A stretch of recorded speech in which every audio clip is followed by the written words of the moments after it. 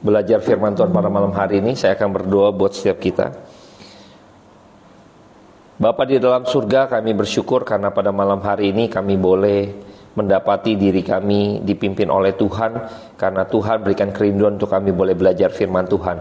Kami bersyukur untuk kebenaran firman Tuhan yang boleh ada di hadapan kami saat ini, untuk kami boleh dibekali, untuk iman kami semakin hari memiliki kekuatan yang baru dan baru. Tuhan, kami berdoa buat setiap rekan-rekan kami juga Tuhan, yang mungkin saat ini lemah tubuh, lemah iman. Tuhan berikan kekuatan yang baru.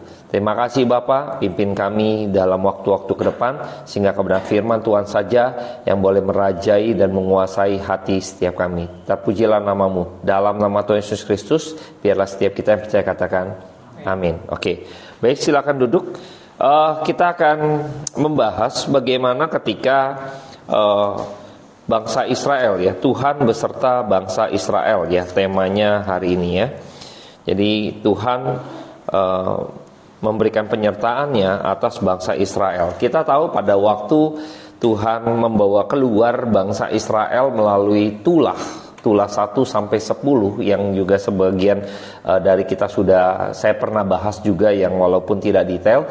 Nah, kita lihat bagaimana Tuhan akhirnya melepaskan mereka dari tangan Firaun, karena mereka sebenarnya Tuhan, ya, yang mengalahkan dewa-dewa dari Mesir, ya. Jadi kemarin Musa Andi juga sudah sampaikan bahwa kata Immanuel, ya, Tuhan beserta, itu tidak semata-mata, saya coba mengulang, ya, untuk kita refresh, bukan hanya sama gitu, bersama-sama gitu kan, datang sama siapa kan gitu, ya, oh dianterin tukang ojek gitu, ya. Sama siapa, bersama siapa gitu, ya. Oh lagi makan nih gitu kan, diteleponin mamanya lagi makan di kantin sama siapa gitu kan, sama teman-teman, ya kan, paham ya. Jadi beda dengan kata beserta. Beserta itu lebih memiliki sebuah kualitas yang artinya ada keterlibatan, ya. Beserta itu ada keterlibatan, ya. Jadi nggak sekedar kayak tukang ojek nganterin orang gitu kan, nganterin pelanggannya, sama siapa kamu? Nggak, sama tukang ojek gitu loh, ya. Lalu turunnya selesai gitu, nggak ada kepentingan, ya. Bersama juga bisa orang karena mungkin nggak punya kepentingan yang sama gitu kan. Misalnya untuk tujuan dia mau ke sana gitu kan. Saya juga punya kepentingan lain yang kebetulan gitu, ya. Akhirnya kepentingan saya itu menopang kepentingan orang lain gitu, ya. Tapi saya nggak mau tujuannya ke sana, itu bisa juga gitu loh. Kayak misalnya kita contoh, pas kita di stasiun kereta atau naik busway, ya kan, ketemu orang gitu kan, pas sama-sama tuh. Tapi sebenarnya saya kan mau tujuannya ke sana gitu loh. Pas sama dia, pas satu gerbong misalnya kan gitu, ya. Pas satu stasiun lewatin gitu, ya. Tapi nggak ada keterlibatan apapun gitu loh, ya. Lain hal misalnya kalau misalnya kita misalnya sedang ambil berperang, ya, karena Musa Andi tahu bahwa dia waktu bangsa Israel itu perang. Nah, waktu perang itu ada keterlibatan Bapak Ibu. Jadi kita susun strategi, ya kan. Misalnya kita tim SWAT, ya kan. Wah, ini ada nih bank lagi dikepung, ya kan, sama perampok bank gitu kan. Maka tim SWAT atau tim khusus, pasukan khusus gitu, merancang tuh, ya kan. Ini pasukan ini, kamu standby di atas ya, sniper. Itu udah dirancang. Ini terlibat gitu loh, ya. Tujuannya sama, melumpuhkan teroris misalnya gitu, ya. Punya tujuan yang sama tapi jobnya berbeda-beda, job desk-nya tuh. Tapi itulah keterlibatan, ya. Ada yang melakukan standby sebagai sniper gitu, ya. Ada yang mengamankan nanti warga sipil misalnya, segala macam. Itu udah dirancang Bapak Ibu, ya. Itulah keterlibatan, ya, keterlibatan. Jadi bicara beserta itu bicara lebih keterlibatan dalam hal ini misalnya Tuhan dengan bangsa Israel, keterlibatan Tuhan bersama bangsa Israel. Bangsa Israel juga terlibat, ya. Itulah penyertaan, ya. Nggak bisa kan dikatakan kayak Pak Andi yang lalu, ya, minggu lalu, nggak bisa tuh sudah tersedia di meja gitu loh, datang tinggal duduk dan makan, nggak bisa. Lu mau masuk ke tanah perjanjian, perang, Gitu. Ini keterlibatan, ya kan? Perang. Nah, waktu-waktu zaman Yosua maju berperang kan? Ikutin nih aba-abanya. Pokoknya lu kelilingin tembok Yeriko, gua bikin roboh. Lu kerjain bagian lu, gitu kan? Istilahnya gitu kan? Terlibat bangsa Israel kan? Puterin, kelilingin 7 kali ini yang bego siapa gitu. Mungkin kayak gitu ya. Tapi nggak ada yang kayak gitu Bapak Ibu ya. Kenapa saya bilang? Karena kalau nggak ada iman nggak bakalan mau jalanin. Contoh misalnya nggak ada iman nih, kita keliling sehari, terus besok mikir. Besok lagi keliling. Hari kedua, hari ketiga kita mikir nih, diskusi. Bro, ini bener gak sih kita kelilingin roboh? Iya dong, ngedon dong. Ngapain gitu kan? Bener ya kalau nggak ada iman ya. Mungkin kita pas hari keempatnya udah biasa aja lah. Nggak roboh juga kan gitu. Bisa juga seperti itu. Karena saya percaya ada iman. Ya, ada iman. Maka dia mau kerjakan itu. Nah, Tuhan juga ngelihat bahwa ada konsistensi dari setiap kita, keterlibatan Tuhan ya. Enggak maksudnya gini. Tuhan enggak memberikan kita kita dilatih, kita dididik menjadi tanda petik ya, pasukan Tuhan. Pasukan Tuhan. Nah, pada waktu zaman Yosua itu Tuhan sudah didik sebenarnya pada waktu zaman Musa, yaitu pada waktu dia keluar dari Mesir. Ini Tuhan didik. Ya. Nanti kita coba lihat dulu gitu ya. Kita buka di dalam Keluaran 12, kita buka ya. Ayat 41. Saya nggak bahas detail ya, tapi saya mau menunjukkan bahwa Tuhan melatih pasukannya, Tuhan melatih pasukannya gitu ya, bangsa Israel. Oke, Keluaran 12 ayat 41 kita akan baca sama-sama ya. Keluaran 12 ayat yang ke-41. Oke. 1, 2, 3. Sesudah lewat 430 tahun, tepat pada hari itu juga, keluarlah segala pasukan Tuhan dari tanah Mesir. Nah, pasukan Tuhan siapa? Bangsa Israel. Disebut sebagai pasukannya Tuhan. Jadi bangsa Israel ini dipersiapkan menjadi pasukan orang-orang yang ada di Israel ini, bangsa Israel ini emang Tuhan persiapkan menjadi pasukannya Tuhan. Maka dikatakan keluar tuh pasukannya Tuhan dari Mesir ya. Nah, pada waktu di Mesir kita tahu Tuhan pimpin ya, ada pimpinan Tuhan. Tuhan latih. Jadi nggak waktu pas zaman Yosua gitu kelihatan hebat segala macam. Enggak, Tuhan latih. Ya, Tuhan latih. Kita lihat bagaimana Allah menuntun umatnya di dalam Keluaran 13 ayat 17 sampai 22. Kita akan baca silih berganti ya. Lihat ya. Keluaran 13 ayat 17 sampai 22. Saya ganjil, Bapak Ibu genap, silih berganti kita akan baca di dalam Keluaran 13 17 sampai 22. Allah menuntun umatnya.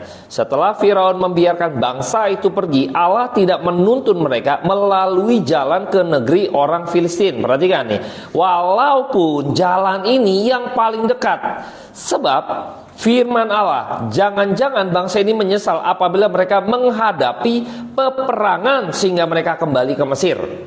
18. Tetapi Allah menuntun bangsa itu berputar melalui jalan di padang gurun menuju ke laut Teberau. Dengan siap sedia berperang, berjalanlah orang Israel dari tanah Mesir.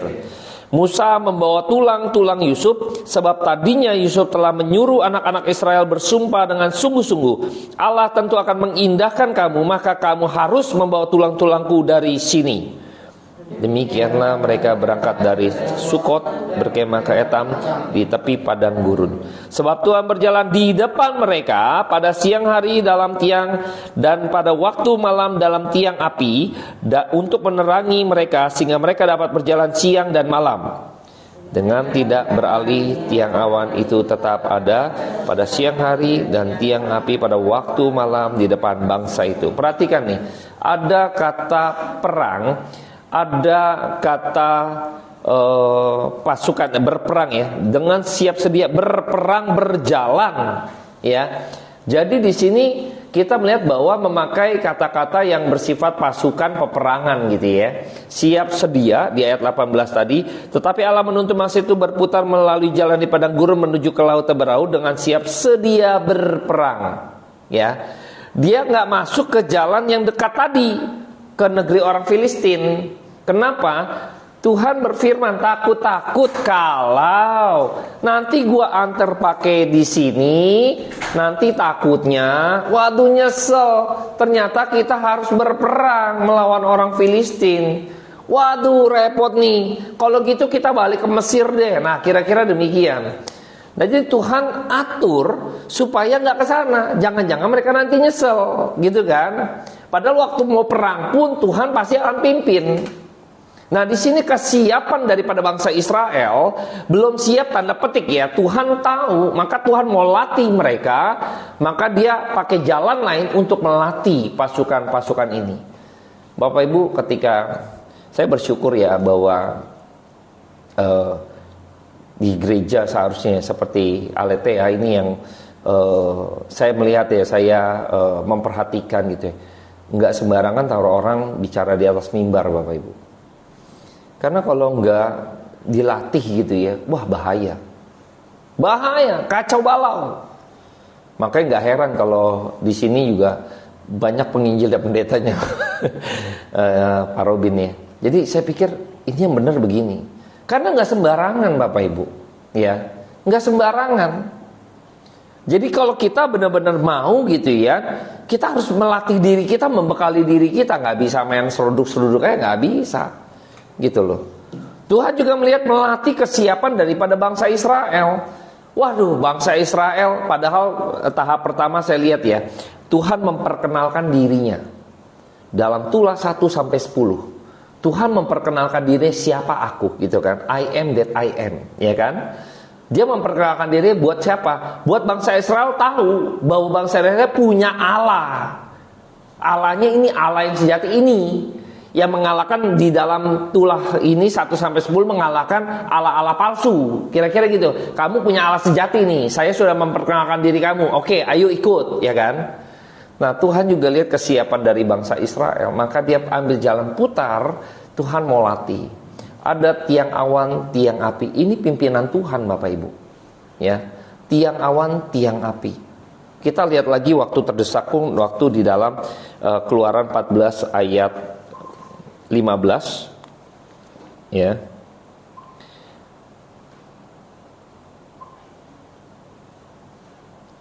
Oke, ayat 15 sampai ayatnya yang ke 20.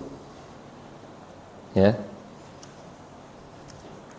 Sampai ayat yang ke 20. Kita lihat ya. Ini kutipan-kutipan saja biar kita tahu scene-nya, ulang lagi. Saya ganjil Bapak Ibu genap ya, menyeberangi laut Teberau. Berfirmanlah Tuhan kepada Musa, mengapakah engkau berseru-seru bintikan kepadaku? Katakanlah kepada orang Israel supaya mereka berangkat. Dan engkau angkat tanganmu ke atas laut dan belah air sehingga orang Israel akan berjalan di tengah-tengah laut di tempat kering. Tetapi sungguh aku akan mengeraskan hati orang Mesir sehingga mereka menyusul orang Israel dan berhadapan terhadap Firaun dan seluruh pasukannya, keretanya dan orangnya berkuda. Aku akan menyatakan kemuliaanku. Maka orang Mesir akan mengetahui bahwa akulah Tuhan apabila aku memperlihatkan kemuliaanku terhadap Firaun, keretanya dan orangnya berkuda. Kemudian bergeraklah malaikat Allah, ya, M besar ya, malaikat Allah. Ini penggambaran daripada Kristus di dalam perjanjian lama ya, salah satunya malaikat Allah ya.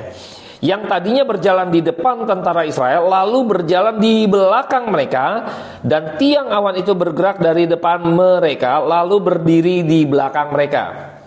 Demikianlah tiang itu berdiri di antara tentara orang Mesir dan tentara orang Israel. Dan oleh karena awan itu menimbulkan kegelapan, maka malam itu lewat sehingga yang satu tidak mendekati yang lain semalam-malaman. Wah, diputer-puter tuh ya. Nggak kelihatan, nggak ketemu Bapak Ibu. Menarik ya. Waktu maju pimpin, begitu ada musuh belakang, pindah. Tuhan jadi, lu jalan ke depan, gua lindungin. Bayangkan ya. Tuhan jaga depan belakang, kiri kanan atas bawah, Bapak Ibu. Luar biasa. Tuhan mau menunjukkan kemuliaannya, bahwa saya ini Tuhan gitu loh. Nggak usah khawatir jalan sama saya. Yuk, saya beserta kamu. Dikasih lihat, itulah keterlibatan Tuhan di dalam menyertai perjalanan bangsa Israel. Bangsa Israel harus ikutin, makanya dilatih sama Tuhan. Salah satunya melalui pimpinan tiang awan, tiang api, pimpinan Tuhan. Jadi kalau kita lihat nanti Bapak Ibu ya, perjalanan bangsa Israel itu tiang awan, tiang api melatih kepekaan bangsa Israel, Bapak Ibu. Waktu tiang api, tiang awan bergerak, dia mesti jalan, Bapak Ibu. Nggak bisa stay, aduh di sini enak nih, lagi tidur nih, angin sepoi-sepoi nih, ya kan, anget-anget nih. Tiang apinya bergerak, dingin nih. Dia jalan, nanti dulu sini dulu Tuhan. Ngantuk bentar lagi, pagi aja baru jalan, pas adem tuh tiang awan jalan. Enggak Bapak Ibu. Bergerak Bapak Ibu. Nggak bisa. Tuhan latih sedemikian kepekaannya terhadap seluruh peristiwa pimpinan Tuhan. Tuhan latih. Dalam kehidupan kita juga Tuhan mau latih Bapak Ibu. Ya kayak kemarin Bu Indra bersaksi ya di Komsel yang saya tadi sampaikan. Bagi saya ada satu kepekaan ketika dia mengatakan bahwa ya semua rencana Tuhan supaya mungkin ada pertobatan Pak Dedi gitu ya katanya gitu ya, yang sudah lama kerohaniannya udah segala macam gitu ya, lalu kejadian ini, peristiwa ini membawa dia untuk kepada Tuhan. Ini kan kepekaan Bapak Ibu, iya kan? Nggak nyalain Tuhan, nggak nyalain apapun, enggak, justru ngeliat introspeksi diri, insight. Ini kepekaan loh Bu, ya. Kita kadang seringkali sesuatu yang tidak baik terjadi pada kita, kita nggak mau nggak mau menyalahkan diri kita dulu sendiri, ya. Kita langsung flying victim ya. Wah ini saya ini korban, wah saya diginiin terus, wah gitu loh. Untuk memberikan perlindungan buat pembenaran diri dulu sebenarnya. Karena seringkali kita nggak mau introspeksi diri, kenapa ya? Oh iya, jangan-jangan ini. Oh iya, jangan-jangan Tuhan pengen saya begini. Tuhan gak pengen saya ke sana. Kan gitu bisa kan? Kenapa kita gak insight dulu? Gak introspeksi diri kita dulu gitu loh. Maka kita harus melatih kepekaan kita di dalam kehidupan kita. Bangsa Israel Tuhan coba atur supaya kepekaannya terhadap pimpinan Tuhan, mentalnya, attitude-nya dibangun Bapak Ibu. Nggak cuma bisa mengetahui mana seperti apa waktunya Tuhan, pimpinan Tuhan, bukan hanya seperti itu, tapi juga kesigapannya Bapak Ibu. Waktu tiang awan tiang api bergerak, mereka mesti bebenah Bapak Ibu. Nggak ngetem kayak tukang ojek terus jalan. Tidak, kan mereka bikin kemah, pantek, ya kan? Kain diginiin, bikin kemah mereka untuk istirahat. Baru jadi bergerak lagi tiang awan, bongkar Bapak Ibu. Capek lu Bapak Ibu. Bongkar lagi ya kan, masukin lagi, dorong lagi, pakai onta, pakai apa. Bayangkan Bapak Ibu. Standby lagi, berhenti. Bikin lagi, bayangkan Bapak Ibu. Tuhan latih sampai ke attitude-nya, kesigapannya. Makanya gak heran pada waktu masa Yosua gitu ya, Yosua kita lihat ya bahwa Yosua tuh abdi Allah, abdi Musa gitu ya, yang dia standby ketika Musa di atas gunung ya. Si Yosua masih standby. Ya, itu dia ya kesetiaan Yosua ya. Maka Tuhan pakai orang-orang yang setia ya. Orang-orang yang setia Tuhan pakai. Ya, kelihatan hal kecil nemenin Musa ngapain sih gitu, tapi tidak. Dia sebagai orang yang setia. Maka pada waktu itu Tuhan pakai dia karena juga satu, dia bisa melihat apa yang Tuhan lihat, ya, yang mungkin pengintai yang lain tidak lihat. Tapi Yosua bisa lihatnya apa? Tuhan yang akan. Nah, dia bisa lihat Tuhan yang akan, ya, karena ada Tuhan, gitu loh. Yang lain enggak, kita orangnya gede-gede, raksasa begini, gitu kan. Saya nggak mau bahas itu deh ya. Jadi Yosua ini sudah terlatih melihat pimpinan Tuhan, dan juga bukan itu saja, attitude-nya dia. Attitude-nya dia, Yosua sempat kalah loh si Akan nyolong, dia nggak tahu, dia inspek. Dibuang itu Akan, mati Akan. Ketahuan attitude-nya. Yosua jaga gitu loh. Jangan sampai ada yang ngambil barang-barangnya. Si Akan ngambil barangnya. Diinspek, bingung, kalah sama kota Ai. Kota Ai kecil kok. Barusan robohin Yeriko gitu kan. Nyerang kota Ai, kenapa kalah? Lebih kecil kok kalah gitu kan. Ternyata ada, tanda petik ya, ada yang tidak sesuai dengan yang Tuhan perintahkan. Si Akan diinspek, dapat orangnya, langsung tuh menang dia. Hati-hati Bapak Ibu. Karena sesuatu yang kita coba introspeksi, dia apa yang salah, ada yang salah nih gitu loh. Kita harus berani begitu Bapak Ibu. Jangan pikir Yosua tuh juga bergumul, kok kalah ya? Lebih kecil kota Ai, kenapa kalah ya? Dia tanya Tuhan loh Bapak Ibu. Jangan salah. Apa Tuhan gak pimpin segala? Ternyata melanggar. Ada yang melanggar Bapak Ibu. Ya. Bayangkan, udah dilatih begitu aja, masih aja gitu ya, menyimpang. Bayangkan Bapak Ibu, bangsa Israel dilatih begitu rupa. Kita tahu pada waktu, wah ngelihat laut terbelah, wah mereka senang. Begitu ngelihat Firaun dan kereta kudanya dihajar gitu ya, binasa, wah mereka bersorak-sorai, ya kan? Keluaran 15 itu nyanyian tuh, wah Keluaran 16 bersungut-sungut Bapak Ibu. Bayangkan, belum siap pakai Tuhan latih, terus terpa terus. Mendingan kita makan segudang. Kita baca ya. Kita baca dulu ya. Tengok dulu ya. Keluaran 16 ya. Ayat 2 dan 3. Kita baca saja hanya 2 ayat sini saja, saya capture saja ya. Keluaran 16 ayat 2 dan 3. 1, 2, 3. Di padang gurun itu bersungut-sungutlah segenap jemaah Israel kepada Musa dan Harun. Ayat 3. Dari berkata kepada mereka, kalau kami mati tadinya di tanah Mesir oleh tangan Tuhan, ketika kami duduk menghadapi kuali berisi daging dan makan roti sampai kenyang. Sebab kamu membawa kami keluar ke padang gurun ini untuk membunuh seluruh jemaat ini dengan kelaparan. Bayangkan Bapak Ibu. Barusan ayat 5, pasal 15 bersorak-sorai. Pasal 16-nya begini. Mendingan makan berisi daging sekuali, kenyang, makan roti sampai kenyang. Nggak apa-apa, Tuhan mau matiin. Istilahnya kan gitu, kasarnya kan. Lebih baik di tangan Firaun lah daripada tangan Tuhan. Begini mati, konyol kita nih, kelaparan kita. Nah, seringkali begitu Bapak Ibu ya. Tuhan kasih lihat siapa dirinya. Tuhan kasih lihat bagaimana dia dipimpin. Tuhan kasih pemeliharaannya, nggak kepanasan segala macam, nggak kedinginan. Tuhan pimpin saat itu, masih meragukan Tuhan. Seakan-akan Tuhan membiarkan mereka akan kelaparan gitu. Bayangkan Bapak Ibu.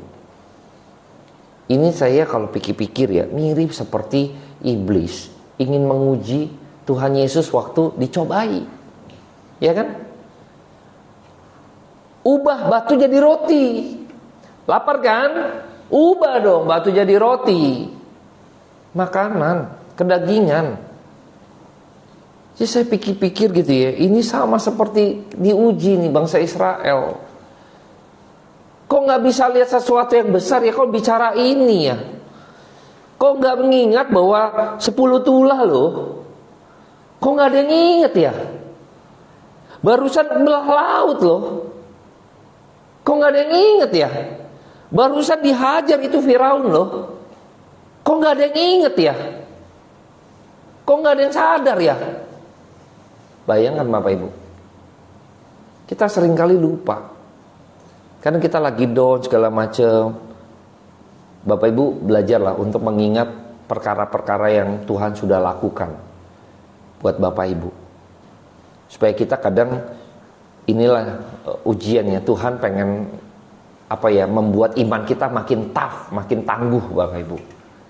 Coba deh renungkan sejenak, diam aja, ngelihat bagaimana cara Tuhan hal besar yang Tuhan pernah lakukan dalam kehidupan Bapak Ibu, pikirkan aja, satu aja, ingat aja itu.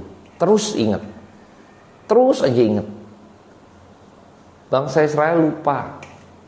Pada waktu itu, waktu keluar, nanti cerita ini ada Paskah lain sebagainya. Diceritain ke anak-anaknya biar tahu gitu loh. Tangan Tuhan yang membebaskan mereka dari Firaun. Maka itu menjadi satu momen terus turun menurun gitu loh. Diingat perkara besar. Kita kadang udah gak relate gitu kan. Maunya yang sekarang gitu kan. Yang dulu udah gak hebat gitu kan. Kita kadang lihat gitu. Tuhan lakukan kehebatan ini. Bapak Ibu, itu belah laut Teberau gitu ya. Itu waktu hanya di zamannya Musa dan nanti Yosua tuh sungai Yordan. Nggak terulang lagi Bapak Ibu. Mereka yang nikmatin tuh. Nggak ada nanti lagi tuh zamannya pendeta siapa belah laut. Nggak ada Bapak Ibu. Nanti pendeta besar di Ancol dia kan ambil tongkat, kalau nggak kepret slayernya gitu kan, kebelah gitu kan, nggak ada lagi Bapak Ibu. Kok kita nggak bisa lihat kebesaran itu ya? Kita mesti sadar itulah beserta Tuhan. Kerjakan bagianmu, yaitu apa? Taat, obey. Hidup benar di hadapan Tuhan. Hidup makin suci, makin kudus. Kayak tadi Yosua saya ceritakan akan tuh. Ada dosa, makanya engkau kalah. Gitu loh. Makanya dia sisir semua akan di apa istilahnya, dibersihin gitu kan. Racun dibuang gitu kan dalam pasukannya. Menang Yosua. Kita selidiki, ada something Tuhan tolong gitu loh. Jadi kadang ada kesalahan kita yang kita nggak bisa lihat penyertaan Tuhan Bapak Ibu. Karena kita nggak berani begitu tajam gitu ya, mengasah diri kita sendiri, nggak berani Bapak Ibu. Nggak berani. Kita tuh kadang kalau ke orang gitu ya, ngomong jago gitu ya, kuliah orang, gini dong gini, nasihatin orang jago. Begitu kena sendiri, susah ya. Saya sih gitu Bapak Ibu ya. Bapak Ibu kayaknya enggak ya. Tenang-tenang aja, diem, saya doang. Ya karena sulit lah. Saya mikir iya. Kok nggak berani tajam ke kita ya? Kita pas begitu gitu ya. Kok nggak berani ya ngomelin diri sendiri? Setajam itu ketika kita ngomelin orang lain, ketika kita nasihatin orang lain. Udah lu nggak boleh begini lagi, lu harus begini. Wah. Kita nggak berani Bapak Ibu, takut, kita nggak berani. Jadi kita harus benar-benar, saya lihat kalau mau lihat penyertaan Tuhan, ya Bapak harus berani gitu loh, mengintrospeksi diri dan mengingat perkara besar yang Tuhan sudah lakukan dalam hidup saya. Apa itu? Itu ingat Bapak Ibu. Masa begini doang gitu ya? Saya bergumul Bapak Ibu, saya sedikit kesaksian. Saya juga bergumul Bapak Ibu. Waktu saya bergumul untuk studi, apalagi anak saya juga mau studi gitu ya. Berat Bapak Ibu. Anak 3, sekolah biaya sekolahnya juga walaupun dapat beasiswa juga tetap harus berbayar juga Bapak Ibu. Enggak gratis Bapak Ibu istilahnya gitu kan. Bergumul enggak? Bergumul Bapak Ibu. Tapi saya percaya kalau Tuhan ada pimpinan Tuhan, nanti lihat cara Tuhan. Kita tata ya, doakan terus. Saya bilang sama anak saya, udah doain aja. Dia dapat pemotongan harga di salah satu universitas yang cukup baik ya, BINUS gitu ya. Free, uang gedung nggak usah bayar istilahnya gitu. Tapi uang semesternya kan bayar kan. Saya aja masih nggak sanggup Bapak Ibu. Udah dapat seperti itu pun masih nggak sanggup saya istilahnya. Berdoa. Gimana saya nggak tahu, saya bawa dalam doa. Yuk coba tempat lain. Berdoa. Saya bilang sama anak saya tenangkan dia gitu ya. Saya kesaksian dalam diri saya. Papa nih dulu juga lulus nggak langsung kerja, nggak langsung kuliah, kerja. 4 tahun kemudian baru kuliah gitu kan. Jadi it's okay gitu kan. Tapi kalau misalnya papa mama sanggup gitu kan, kalau kamu cari universitas kita sanggup, ya udah fight gitu kan. Tapi kalau enggak juga nggak boleh paksakan diri Bapak Ibu. Kadang-kadang gitu ya, kita tahu tuh paksa diri jangan-jangan bukan pimpinan Tuhan. Tuhan emang sebenarnya mungkin maunya Kayak saya nggak tahu ya, pas saya lihat rangkaian hidup saya, Tuhan pengen saya emang untuk kerja dulu, nggak kuliah. Kenapa saya tahu demikian Bapak Ibu? Waktu saya nggak kuliah gitu ya, saya juga nggak kayak gimana. Justru saya punya spirit fightingnya lebih tinggi. Waktu saya kerja, lalu saya kuliah, ya baru kuliah gitu kan, 4 tahun kemudian. Itu kenapa masih ada semangat? Kalau bukan Tuhan pimpin, nggak mungkin. Karena teman-teman saya bilang, lu kerja, lu kuliah buat apa? Ya buat kerja lah kan lu udah kerja, ngapain? Logika ya, benar ya. Lah nanti lu kan kuliah kan ujung-ujungnya kerja cari duit. Lu udah ada duit, lu ngapain buang duit? Kan kuliah bayar Bapak Ibu. Tapi entah semangat itu ada Bapak Ibu. Semangat itu ada. Saya kesaksian nih Bapak Ibu, jarang saya khotbah kesaksian.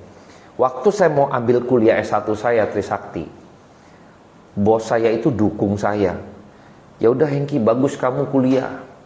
Kamu ambil yang malam aja. Jadi nanti kamu kerja sama saya, nanti kamu atur waktu kuliahnya, nanti kamu pulang lebih awal biar bisa ke kampus dan lain sebagainya. Didukung Bapak Ibu. Waduh puji Tuhan. Enggak berhenti di situ Bapak Ibu. Dikasih dari lacinya uang buat bayar kuliah. Itu nggak pernah saya duga Bapak Ibu. Nggak pernah saya duga. Bayangkan Bapak Ibu, cerita akan lain kalau saya lulus langsung kuliah. Mungkin saya main-main tuh kuliahnya. Mungkin ya. Mungkin nggak menghargai. Karena kan beda ya. Kalau Anda kuliah nih, tapi Anda capek-capek cari uang gitu kan segala macam, Anda akan menghargai Bapak Ibu. Mentalnya akan berbeda. Akan berbeda. Akan berbeda Bapak Ibu. Makanya saya kadang ada pimpinan Tuhan. Waktu saya ambil studi nih di sini gitu ya, di STTRI, saya juga bergumul biaya. Benar gak? Puji Tuhan Bapak Ibu, rekan-rekan dari GKK gitu ya, melihat dan mendukung. Bukan hanya dukung dan mendoakan Bapak Ibu, ditransfer Bapak Ibu ke STTRI. Ditransfer, ini ngomong bukan yang ngomong bohong gitu loh. Ini ada Evangelis Robin nih, orang GKK juga. Dari mana coba? Mau ngomong apa sekarang saya gitu loh. Firm. Kalau Tuhan pimpin, ada jalan. Tadi barusan saya ke CIT. Waktu ke CIT, saya tanya, dia kasih brosur, saya bilang saya mau ambil ini bisa gak? Saya ngobrol gitu kan. Anak saya udah play kok, saya bilang gitu kan.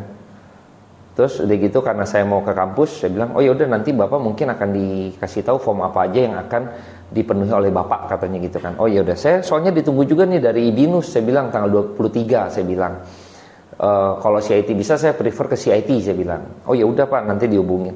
Saya tadi pulang kampus, sebelum itu saya WhatsApp istri saya. Saya dapat info dari CIT, tapi belum saya buka. Saya nggak tahu apaan. Ya, jangan-jangan begitu lagi kan gitu ya. Bapak itu nungguin gitu ya. Saya nggak tahu. Tapi saya berdoa, kalau Tuhan pimpin, Tuhan akan buka jalan. Karena Tuhan kita tuh Tuhan yang bertanggung jawab. Asalkan yang tadi saya bilang, terlibatnya Tuhan, bukan serta-merta dia langsung sediakan itu dan kamu kerjakan itu, udah tinggal nikmatin. Enggak. Engkau perlu bergumul. Bukankah harusnya setelah melihat itu, bangsa Israel harusnya responnya, yuk mari kita berdoa kepada Tuhan. Dia yang telah mengeluarkan kita dari tanah Mesir. Harusnya kita berseru bagaimana kita melihat kebesaran Tuhan dan kita mengagungkan Dia sebagai ucapan syukur. Harusnya kan begitu. Masa kayak begini doang Tuhan gak bertanggung jawab? Kan gitu kan? Kan logiknya gitu. Perkara yang besar aja Dia kerjain. Kalau orang bilang istilah gini, mobilnya Lexus, ya kan? Masa gak bisa beli Pertamax gitu kan? Benar gak? Mobil Lexus gak bisa beli Pertamax kan lucu. Apalagi gak bisa beli Pertalite, maunya solar misalnya. Kan lucu Bapak Ibu. Gak mungkin. Jadi ada hal-hal yang akhirnya kita lihat bahwa yuk kita kembali mengingat kata beserta Tuhan. Itu yang harus kita tahu, keterlibatan Tuhan dan keterlibatan saya di dalam kehidupan kekristenan yang saya jalani bersama Tuhan. Ingat ya, terlibat beserta Tuhan bukannya ya sama siapa ini disiapin sama Tuhan. Enggak gitu.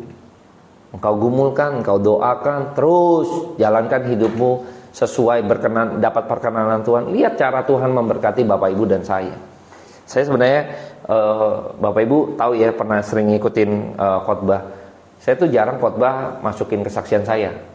Hari ini doang nih, ya hari ini aja. Tapi nggak tahu di hari-hari berikutnya ya.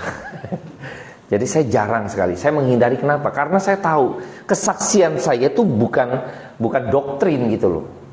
Tapi saya mau sampaikan bahwa apapun itu, Bapak Ibu juga bisa mendapatkan penyertaan Tuhan, sadar akan penyertaan Tuhan kalau Bapak Ibu juga sama nih gitu loh. Punya prinsip yang sama. Tahu sadar kalau ada pimpinan Tuhan, maka Tuhan akan bertanggung jawab. Kerjakan bagian Ibu, doakan. Jangan bersungut-sungut. Jangan. Doakan, naikkan ucapan syukur di hadapan Tuhan. Lihat pimpinan Tuhan, minta kepekaan dari Tuhan. Tuhan tolong Tuhan, saya nggak ngerti Tuhan, tolong Tuhan. Berikan konfirmasi, kasih tanda, minta tanda. Minta Bapak Ibu. Nggak gampang. Maka ada hal-hal yang harusnya kita juga dalam hidup sadar bahwa kita nih kalau ada Tuhan, kita agak tenang. Lucunya ada Tuhan, kita percaya ada Tuhan, tapi kita nggak tenang hidupnya. Aneh bagi saya. Ya, meragukan Tuhan jadinya. Pernah gak Bapak Ibu kadang kita sama anak kita gitu ya. Padahal ada kita, anak kita masih takut gitu ya. Kan berarti dia ragu sama kita ya. Padahal ada bapaknya, misalnya gitu kan. Anaknya masih takut. Ya kan ragu sama bapaknya berarti. Seringkali kita tuh begitu sikap kita. Sikap apa ya, kekhawatiran kita yang berlebihan itu seringkali juga meragukan Allah yang hidup, meragukan Tuhan Allah bekerja. Seringkali ya. Maka Tuhan kan bilang jangan khawatir, ya, jangan khawatir. Setiap hari punya kekhawatirannya sendiri. Jadi nggak usah khawatir Bapak Ibu. Besok juga khawatir soalnya. Jadi hari ini khawatir, nggak usah khawatir karena besok khawatir. Khawatirnya nambah lagi gitu kan. Setiap hari ada kekhawatirannya, Tuhan bilang. Tapi inilah kalau kita tahu penyertaan Tuhan. Ya, kita tahu penyertaan Tuhan, maka kita menjadi orang yang benar-benar bijaksana. Lihat pimpinan Tuhan seperti apa nih. Ih, tiang awan bergerak nih. Yuk, buru-buru. Siap, ya kan. Wah, tiang awan berhenti nih. Yuk, langsung patek. Bergerak Bapak Ibu. Bayangkan, siap sedia tahu kapan harus jalan, kapan harus berhenti, kapan harus diam, kapan harus beribadah. Wah, terus diatur tuh. Tek semuanya. Karena tujuan bangsa Israel keluar daripada Mesir adalah untuk beribadah kepada Tuhan. Pertanyaan saya simpel Bapak Ibu. Di sini bukan bentuk tanda petik ya. Hari Sabtu ini bukan beribadah gitu kan, tapi kita persekutuan. Pertanyaannya, sudah berapa lama kita hilang dari beribadah kepada Tuhan? Ya, wah rajin persekutuan tapi nggak pernah ibadah juga nihil Bapak Ibu. Hati-hati Bapak Ibu. Ya sekali lagi saya mengingatkan ini bukan ibadah Bapak Ibu ya, ini persekutuan. Saya mengajak kembalilah beribadah pada Tuhan. Ya kembalilah beribadah pada Tuhan. Kalau Bapak Ibu belum punya tempat ibadah dan lain sebagainya, bisa dilayani di tempat ini. Ada Evangelis Robin juga ya, yang akan standby segala macam. Penting Bapak Ibu, bangsa Israel keluar dari Mesir supaya bisa beribadah kepada Tuhan. Mari kita berdoa. Bapa dalam surga, kami bersyukur karena pada malam hari ini Tuhan berikan kasih karunia-Mu untuk kami boleh menikmati firman Tuhan. Kami berdoa mohon Tuhan berbelas kasihan pada setiap kami kaum awam-Mu. Kami berdoa mohon sucikan kuduskan hidup kami. Tuhan bawa kami Tuhan untuk kami bisa kembali kepada Engkau, untuk kami boleh datang beribadah kepada Engkau Tuhan, bukan hanya sekedar mengikuti berbagai macam persekutuan, tetapi boleh mempersiapkan hati, mempersiapkan diri untuk datang pada Tuhan, beribadah kepada Tuhan. Tuhan tolong kami agar kami senantiasa mendapat pimpinan Tuhan. Terpujilah nama Tuhan. Hamba-Mu selesai berbicara, tetapi kasih karunia Tuhan dan kuasa Roh Kudus-Mu akan terus menerus mendampingi mereka, sehingga mereka boleh terus beribadah kepada Tuhan. Dalam nama yang kudus kami berdoa dan bersyukur. Amin. Oke.